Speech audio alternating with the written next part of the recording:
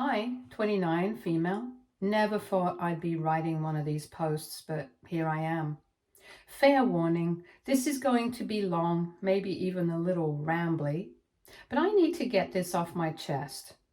The past few months have been the most chaotic, confusing, and emotionally exhausting months of my life. And I guess I'm just hoping for some perspective from people who aren't caught up in it like I am. It's hard to think clearly when everyone around you is too close to the situation. So, a little background first. I've always had a kind of complicated relationship with my older brother, Sean, 32, male. We weren't super close as kids, but we didn't hate each other either. It was more like we coexisted under the same roof. We had very different personalities, different hobbies, different friend groups. He was more into sports and business type stuff, while I was the artsy, quiet kid who liked to draw and build things with Legos. We never really clicked, if that makes sense. There wasn't any major drama, just a subtle, constant undercurrent of tension. Sean was always competitive, especially with me, even when it didn't make sense. If I got an A on a test, he had to get an A plus and make sure everyone knew about it. If I joined a club, he'd suddenly be interested in that same club and then somehow end up running it. It was honestly exhausting, but I learned early on to just keep my head down and do my own thing. I never really understood why he was like that. Maybe he felt like he had something to prove, or maybe he just couldn't stand the idea of me having any kind of success. I don't know.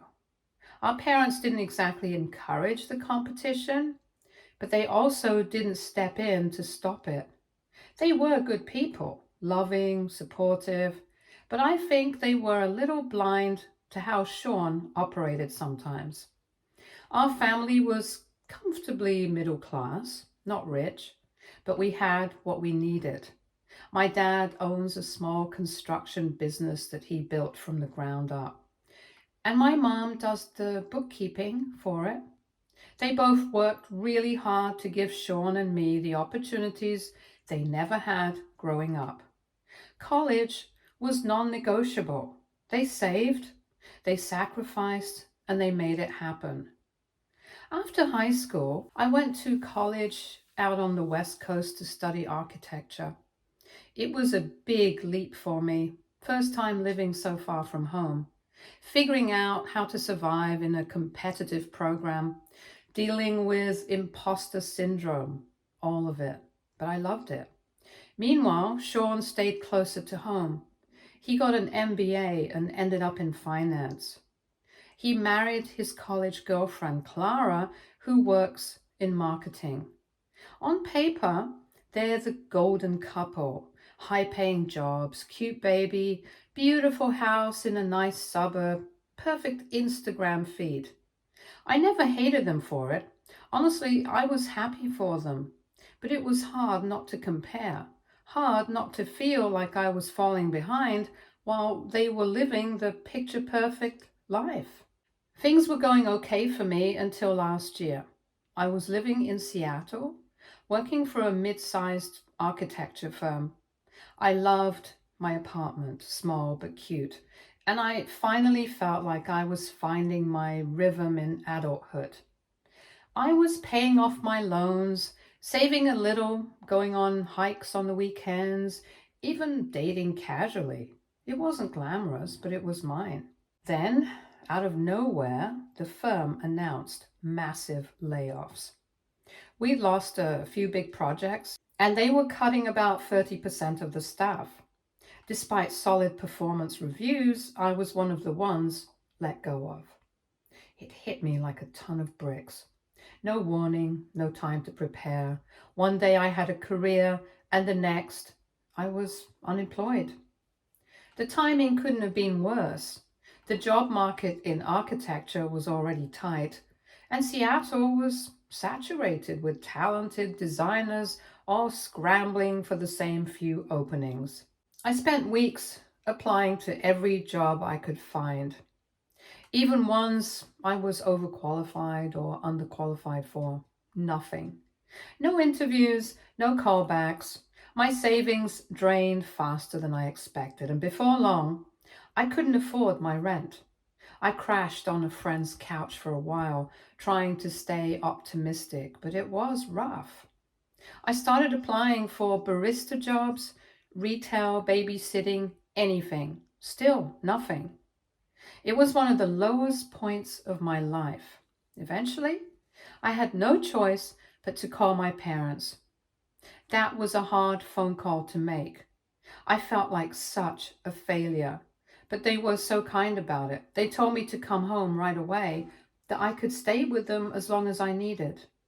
So I packed up what little I had left, sold a few things to buy a plane ticket, and moved back home. Not exactly the triumphant return I'd imagined for myself.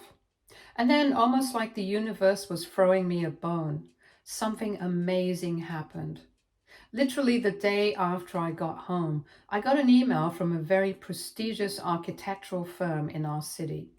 They wanted to interview me for a position I'd applied to weeks earlier and completely forgotten about. I was shocked. It was a huge opportunity. Not only a good job, but better than my old one. More money, more growth potential, and a company name that would open so many doors. I was thrilled. I threw myself into preparing.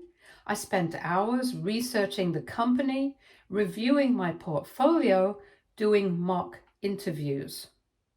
My parents even insisted on giving me some money to buy a new outfit, which I honestly really needed. I wanted to make a good impression. I felt hopeful for the first time in what felt like forever. The interview went incredibly well. The hiring manager was warm and friendly, and we had this natural conversation flow that made everything feel so easy. She seemed genuinely impressed with my work and said I should hear back within a week. I left that interview on cloud nine. I really thought things were finally turning around, but then nothing. A week passed, then another, no email, no call. I sent a polite follow up just to check in, but there was no response. After 3 weeks, I had to face the reality that they'd moved on. Maybe they found someone more qualified. Maybe there was some internal hire. I don't know. All I knew was that the one bit of hope I had left had fizzled out, and I was back to square one. I felt crushed. I went back to job hunting, but my heart wasn't in it. I was spiraling a bit, feeling useless, unwanted, like maybe I'd made a huge mistake trying to pursue this career. My parents were supportive, but I could tell they were starting to get a little worried too. I was starting to wonder if I'd ever get back on my feet, and then something happened. Something I now refer to as the revelation. I was using the family computer to apply for jobs when Sean and Clara came over for Sunday dinner with the baby. Sean asked to use the computer to show everyone some baby pictures, and I logged out of my account and let him use it. After dinner, I noticed he'd left his email open. I was about to close it when a subject line caught my eye. RE, handling mayor's job situation. I know I shouldn't have read it, but something compelled me to click. It was an email exchange between Sean and Clara from about a month earlier. As I read it, my blood ran cold. Sean was describing how he had figured out my email password. Apparently, I'd used it in their Wi-Fi during a previous visit, and he'd somehow saved it and had been monitoring my emails. He saw the job offer that had come for me, an actual offer from the firm I'd interviewed with, offering me a position with a salary that was even higher than I'd expected. And he deleted it.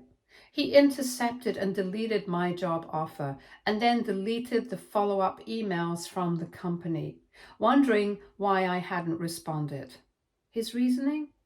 According to the email, Clara was struggling with severe postpartum depression and had become fixated on comparing her life achievements to mine. She apparently felt threatened by the idea of me getting this prestigious job and living close by.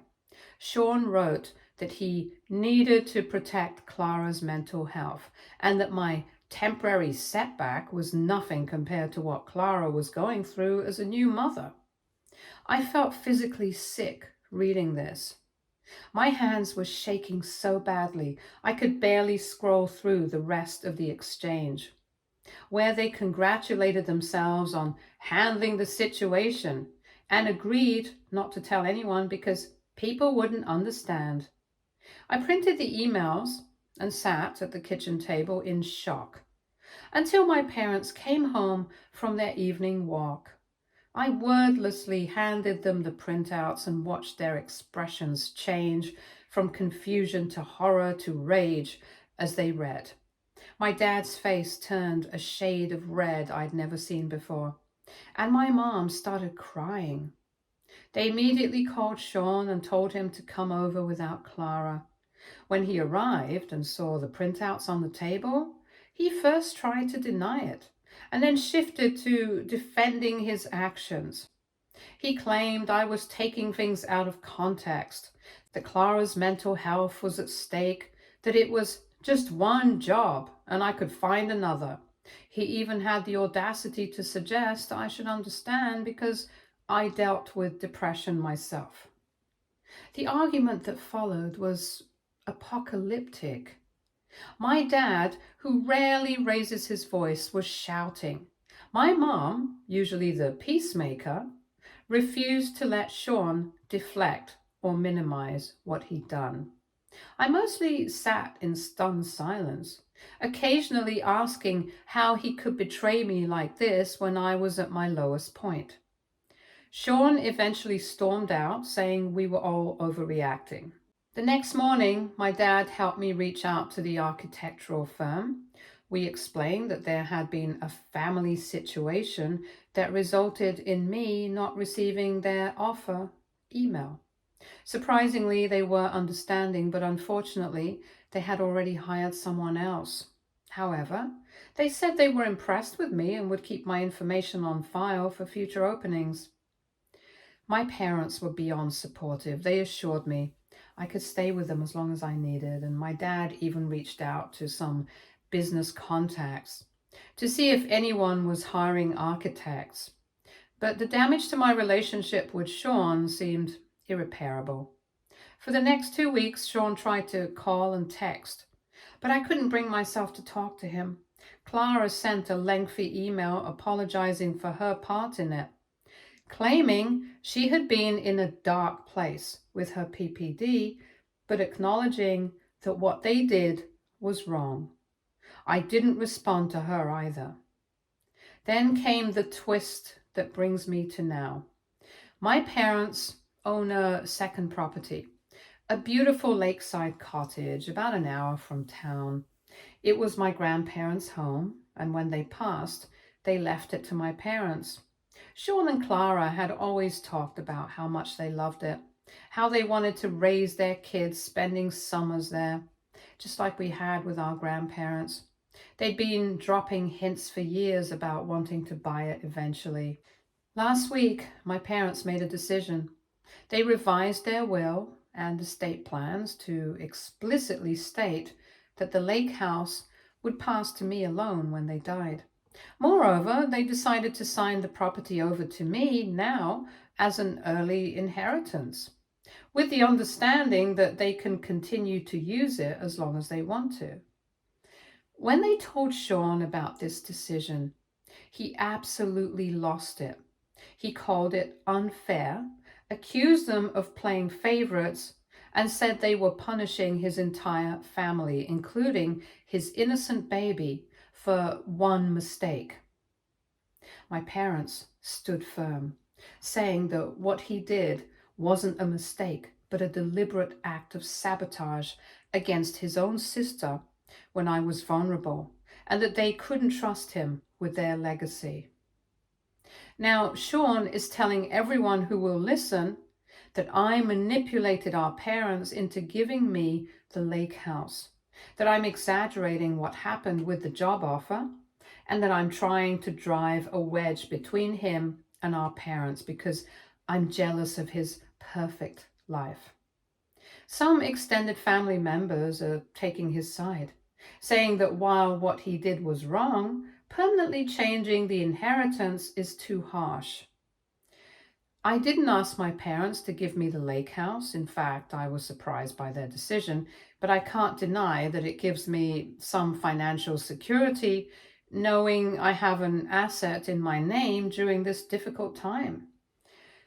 I'm also not going to pretend I'm not hurt and angry about what Sean did. His actions could have left me homeless if not for our parents' help. So I guess what I'm asking is, am I wrong for accepting the lake house? Should I try to convince my parents to reconsider?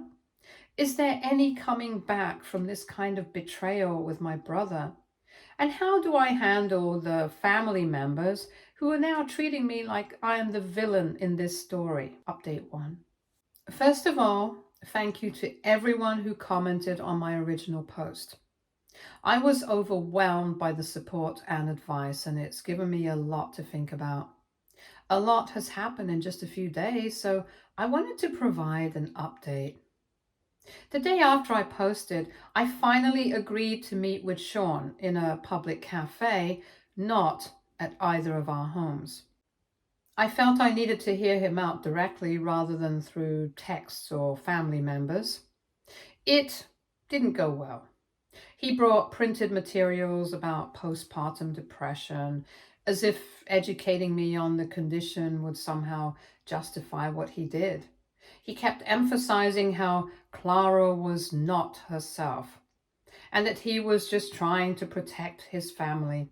When I pointed out that I was also his family and I was in crisis too, he actually said, "Yeah, but you've always been good at bouncing back. Clara is more fragile."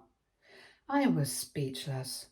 Apparently, my history of working through depression and anxiety somehow made it okay to kick me when I was down. I asked him point blank if he understood how his actions could have left me homeless if our parents hadn't helped. His response was that I always had options and could have moved in with friends or found a temporary job while looking for something in architecture. It became clear that he saw my career as a hobby rather than my livelihood, while his and Clara's careers were somehow more legitimate and important. We left things unresolved. He still wants me to advocate for him with our parents regarding the lake house, and I told him I wouldn't do that. I said that the lake house decision was theirs, not mine, and that he needed to address the root cause of their decision, his betrayal, rather than focusing on the consequence. After our meeting, I spoke with my parents and asked them more about their decision regarding the lake house. They revealed something I hadn't known. Apparently, Sean had been pestering them for years to either sell him the lake house at a below market price or to explicitly promise it to him in their will. They'd always deflected because they wanted to keep their options open.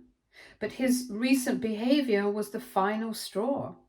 They said they realized they couldn't trust him to respect their wishes or to treat family property with the same values they hold. My mom also shared that they're worried about Sean and Clara's financial situation. Despite their appearance of success, they apparently have significant debt from their perfect lifestyle. My parents fear that if they left the lake house to Sean, he might sell it immediately to pay off debts rather than preserving it as the family gathering place they want it to remain. As for my job situation, there's some positive news. The architectural firm that had originally offered me the position reached out again. They have a new project starting and thought of me for the team. I have an interview scheduled for next week. I'm trying not to get my hopes up too much, but it feels like maybe things are turning around. I've also started seeing a therapist to process everything that's happened. She's helping me work through not just the betrayal by Sean, but also my feelings about my career setbacks and the stress of the past few months. It's early days, but I already feel a bit more centered. Regarding the lake house, I've decided to accept my parents' gift, but with a modification I've proposed to them. I want to legally establish that it remains a family property that everyone can use. My parents are fine with this arrangement as long as I retain ownership and final say over major decisions. I'm meeting with a lawyer next week to discuss how to structure this properly. Some extended family are still giving me the cold shoulder, particularly Sean's in-laws, who only have his side of the story. I've decided not to engage in the drama or try to defend myself to people who have already made up their minds. The truth will come out eventually, and I need to focus my energy on rebuilding my life. Update 2. Things have escalated more than I could have imagined. The day after my last update, I got a certified letter from a lawyer representing Sean and Clara. They're threatening to sue me for defamation and intentional infliction of emotional distress, claiming that I've been spreading malicious lies about them to family members and that it's causing Clara's postpartum depression to worsen.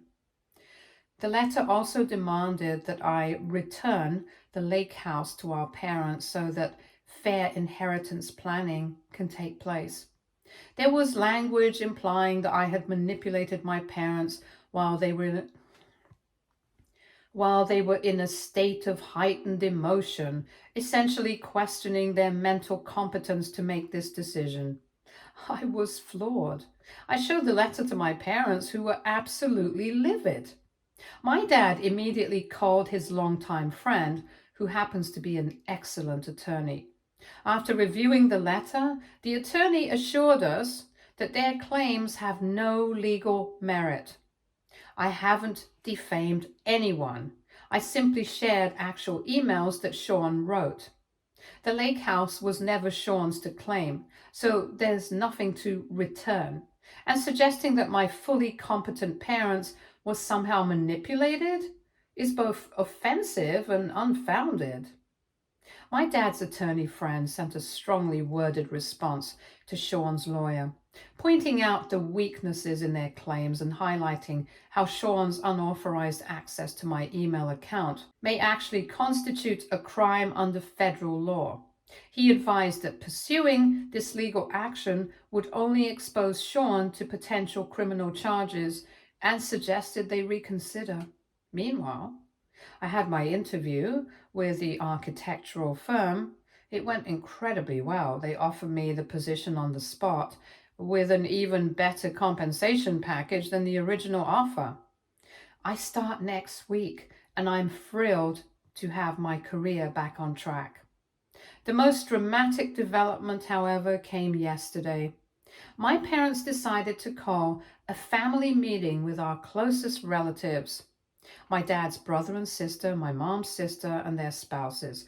People who have known us our whole lives. With my permission, they shared the printed emails and explained exactly what happened. The reaction was unanimous shock and disappointment in Sean. My Aunt Caroline, who had initially been sympathetic to Sean, was in tears reading the emails. She said she couldn't believe her nephew could be so calculating and cruel, especially to his sister who was struggling. During this meeting, my Uncle Robert revealed something that made everything suddenly make sense. Apparently, Sean had been telling family members that I had a drug problem and that my job loss in Seattle was due to addiction issues, not company layoffs. He had painted a picture of me as an unstable addict who was manipulating our parents in a time of vulnerability. This is why some family members had been suspicious of me and supportive of Sean despite the evidence against him. I was absolutely stunned. I have never had substance abuse issues. Yes, I've struggled with anxiety and depression, but I've always been open about that and sought proper treatment. To have my brother fabricate this kind of lie about me was beyond comprehension. My parents immediately called Sean and put him on speakerphone in front of everyone. When confronted with this lie, he first tried to deny it and then claimed he had concerns about my behavior and he might have overstated. When pressed for any evidence of these supposed drug problems, he finally admitted he had no proof, but insisted he was just worried about me. The family unanimously agreed that Sean's behavior had crossed too many lines. His lies about me, his sabotage of my job offer, and now his legal threats have destroyed any sympathy they might have had for his position regarding the lake house. After the call, my Aunt Caroline hugged me and apologized for believing anything negative about me. She said she should have come directly to me instead of accepting Sean's narrative. Other family members echoed this sentiment, and I feel like a huge weight has been lifted, knowing they understand the truth now. I'm still processing all this, trying to understand how my own brother could spread such harmful lies about me.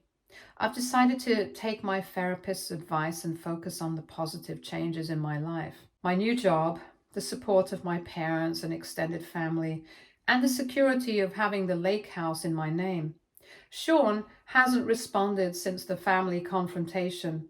His lawyer also hasn't followed up after receiving our attorney's response.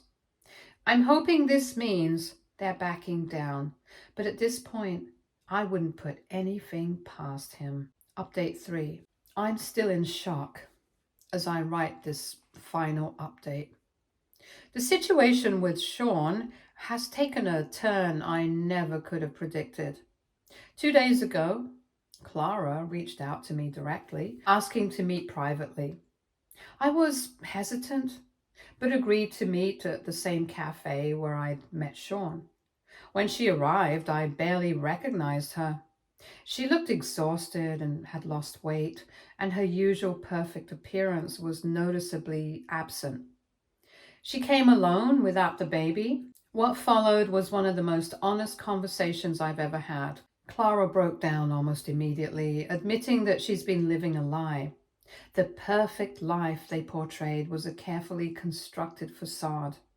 They're deeply in debt from trying to maintain their lifestyle. Sean's job isn't going well. He's actually on probation for poor performance. And her executive marketing position was actually a mid-level role that she recently lost in a company restructuring. The postpartum depression was real. She's been struggling severely, but she revealed that Sean had weaponized her condition, constantly comparing me to her in ways that made her feel inadequate. According to Clara, Sean would point out my career accomplishments, my independence, even my ability to bounce back from setbacks, making her feel like she wasn't measuring up. He told her I was their parents' favorite, that I'd always had things easier than him, and that I was a threat to their family happiness. When I got laid off and was struggling, she said Sean seemed almost gleeful, constantly updating her on my downward spiral. When I moved back home and then got the job offer, he became obsessed with protecting their status as the successful ones in the family. The email deletion scheme was his idea, but she admitted she didn't stop him and even encouraged it, something she now deeply regrets. The most stunning revelation came when she explained why they'd been so fixated on the lake house. Apparently, Sean had already promised the property to several people as collateral for personal loans. He told creditors that the house would be his inheritance and used this to secure significant borrowing. This is why he was so desperate when our parents changed their will. He's financially overextended based on an asset he never actually had. As for the legal threat, Clara said she had no idea Sean had done that until after the fact. She came to meet me against his wishes because she couldn't continue living with the deception. She's planning to take the baby and move in with her parents for a while to sort out her mental health and decide on next steps for their marriage. I didn't know how to process all this information. Part of me felt vindicated that the truth was finally coming out, but another part felt genuine sadness for Clara and their baby. I told her I appreciated her honesty and that I hoped she would get the help she needs. After our meeting, I shared everything with my parents. They were as shocked as I was about Sean's financial deceptions. My dad decided to reach out to Sean directly to confirm him about using the lake house as unofficial collateral. The conversation apparently didn't go well. Sean denied everything at first and then blamed Clara for betraying family secrets when he realized she had spoken to me.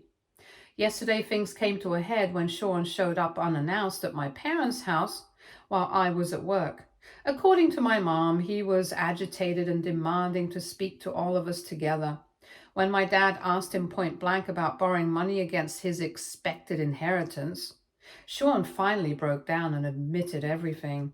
The truth is even worse than Clara described. Sean has gambling debts. His job performance issues stem from his gambling addiction, which he's kept hidden from everyone, including Clara. He's been using the promise of eventually owning the lake house to secure loans from increasingly unsavory characters. Now that it's clear he won't get the property, he's in potential danger from these creditors. My parents, despite everything, are still parents. They're devastated, but immediately shifted into protection mode. They've convinced Sean to enter a treatment program for his gambling addiction, and my dad is working with his attorney to figure out how to address the debt situation without putting anyone at risk. As for me, I started my new job yesterday. It feels surreal to be back in a professional environment after everything that's happened. My new colleagues are welcoming. The projects are exciting, and for the first time in months, I feel like I'm back on solid ground career-wise. Stay tuned for more stories from Our Girl Relationships.